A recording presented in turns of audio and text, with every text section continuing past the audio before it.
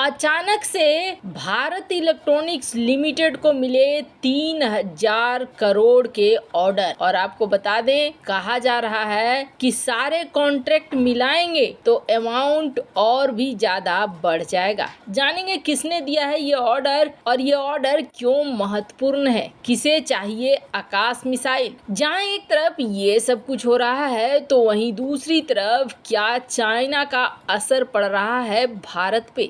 भारतीय खजाने में भी एक बड़ा उलटफेर देखने को मिल रहा है। जानेंगे जियोपॉलिटिक्स में क्या कुछ चल रहा है। आइए जानते हैं इन खबरों को विस्तार से। भारत सरकार इन दिनों बहुत सारी चीजें कर रही है और जिस तरीके से हालात बदल रहे हैं, हमने देखा जापान ने अपना रक्षा बजट में बढ़ावा कर दिया है और न सिर्फ बढ़ोतरी रक्षा बजट में कर दी है बल्कि ऐसे ऐसे हथियारों का भी निर्माण कर रहा है जिसकी कल्पना कभी की गई थी, पर अब जापान बना रहा है। और जापान कई और सिद्धांतों पर भी काम कर रहा है, जैसे जापान भारत के साथ मिलकर कई प्रोजेक्ट शुरू कर रहा है। ये सब कुछ क्यों हो रहा है? दुनिया में बहुत बड़े बड़े बदलाव देखने को मिल रहे हैं। इसका मतलब है कि दुनिया एक दिशा की तरफ मुड़ रही है और वो दिशा कहीं न कहीं युद्ध की दिशा है या आत्मरक्षा की दिशा है। कुछ देश युद्ध करने के लिए बढ़ रहे हैं तो कुछ देश अपनी रक्षा करने के लिए बढ़ रहे हैं। जिस तरीके से चाइना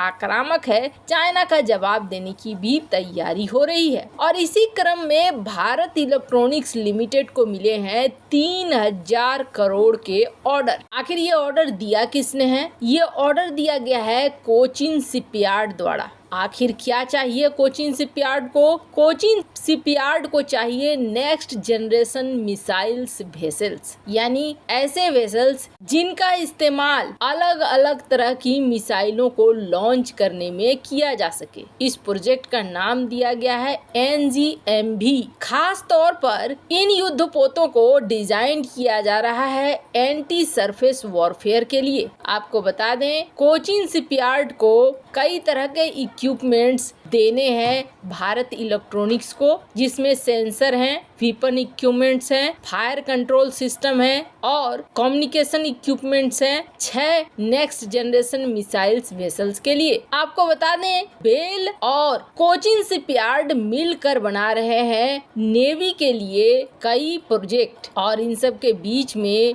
एडिशनल 886 करोड़ रुपए भी दिए गए हैं। और ये क्यों दिए गए हैं? ये आकाश मिसाइल के सीकर टेक्नोलॉजी के लिए भी दिए गए हैं, नेविगेशन सिस्टम के लिए भी दिए गए हैं। खैर, आखिर ये सब कुछ चल क्या रहा है? तो आपको बता दें, ये सब कुछ चल रहा है एक बड़ी तैयारी। अगर हमारे ऊपर हमला होता है या विवश होकर हमें किसी युद्ध में शामिल होना होता है तो हमारे पास सारी तरह की चीजें होनी चाहिए ताकि भविष्य में अगर ऐसा कुछ भी होता है तो भारत उसे हैंडल कर सके। खैर, जहाँ एक तरफ ये सब कुछ हो रहा है तो वहीं दूसरी तरफ हमने देखा चाइना की इकोनॉमी को लेकर अब IMF ने भी वार्निंग देनी शुरू कर दी है। चाइना की इकोनॉमी लगातार गिरती जा रही है और अब ये वापस अपने मोड पर आ पाएगी या नहीं आ पाएगी ये कहना मुश्किल है। नहीं आने के चांस बहुत ज्यादा लग रहे हैं। ऐसा इसलिए क्योंकि हाल ही में ग्लोबल टाइम्स ने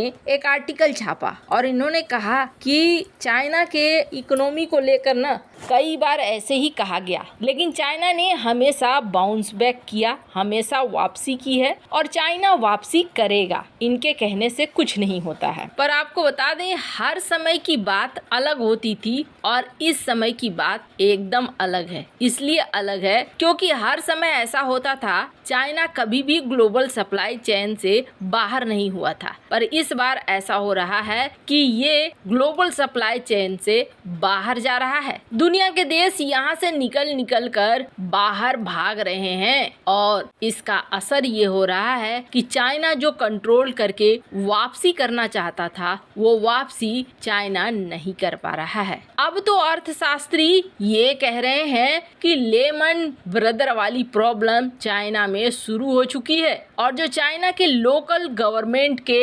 इन्वेस्टमेंट फर्म्स हैं वो 2008 की क्राइसिस से गुजर रहे हैं। जिस तरीके से 2008 में हुआ था वैसा ही इस वक्त चाइना के साथ हो रहा है। और चाइना का जो लोकल कर्जा है ना 9 ट्रिलियन स्टेट बैंक का, ये 9 ट्रिलियन डॉलर का कर्जा बहुत ज्यादा महंगा पड़ने वाला है और यहाँ से वापसी कर पाना संभव नहीं दिख रहा है। फोर्ब्स की ये रिपोर्ट देख सकते हैं। वैसे आपको बता दें अब ये चीज भी कहा जा रहा है कि चाइना का जो ये प्रॉब्लम है ऐसा नहीं है कि चाइना तक ही सीमित रहेगा। चाइना की प्रॉब्लम आगे बढ़ेगी और चाइना की ये प्रॉब्लम आगे बढ़कर दुनिया को भी प्रभावित करेगी। वो तो एकदम साधारण सी बात है, ये प्रभावित तो करेगी ही। इसलिए प्रभावित करेगी क्योंकि चाइना के ऊपर सबसे ज्यादा निर्भरता है। कहा जाता है कि सारे अंडे एक टोकरी में नहीं रखने चाहिए, लेकिन दुनिया में जिसने इस बात को कहा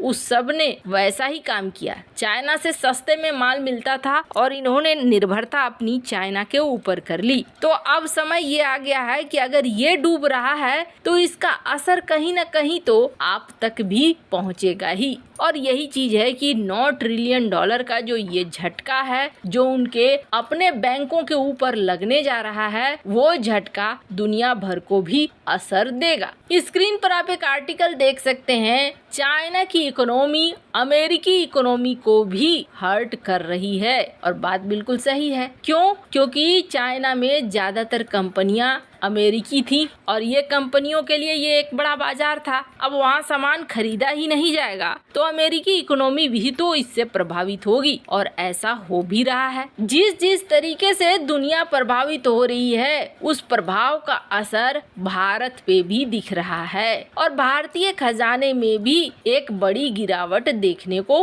मिली है। इस वक्त भारत के फॉरेन रिजर्व में 11 हफ्ते से बड़ी गिरावट देखी गई है। 593 बिलियन डॉलर पर पहुंच गया है। और आपको बता दें 1 सितंबर को जहां ये देखा गया था कि भारतीय फॉरेन रिजर्व में 4 बिलियन डॉलर बढ़े थे, तो वहीं देखा जा रहा है कि इस हफ्ते बड़ी गिरावट है करीब 5 बिलियन डॉलर की। और आपको बता दें लास्ट टाइम 2021 था अक्टूबर महीना जब भारत का फॉरेन रिजर्व 645 बिलियन डॉलर था। अभी तो लगातार गिरावट देखने को मिल रही है। भारत काफी लंबे समय से चाह रहा है कि 600 बिलियन डॉलर से कम न हो, लेकिन इधर बीच देखा जा रहा है कि थोड़ा आगे पीछे हो रहा है फॉरेन रिजर्व। और इसके पीछे कारण क्या है? कारण ये है कि रूपी को कंट्रोल रखना है। रूपी को कंट्रोल रखने के लिए फॉरेन रिजर्व से पैसे निकाले जा रहे हैं और यही वक्त है जब बहुत जगह कर्जा भी है जिसे चुकाना है।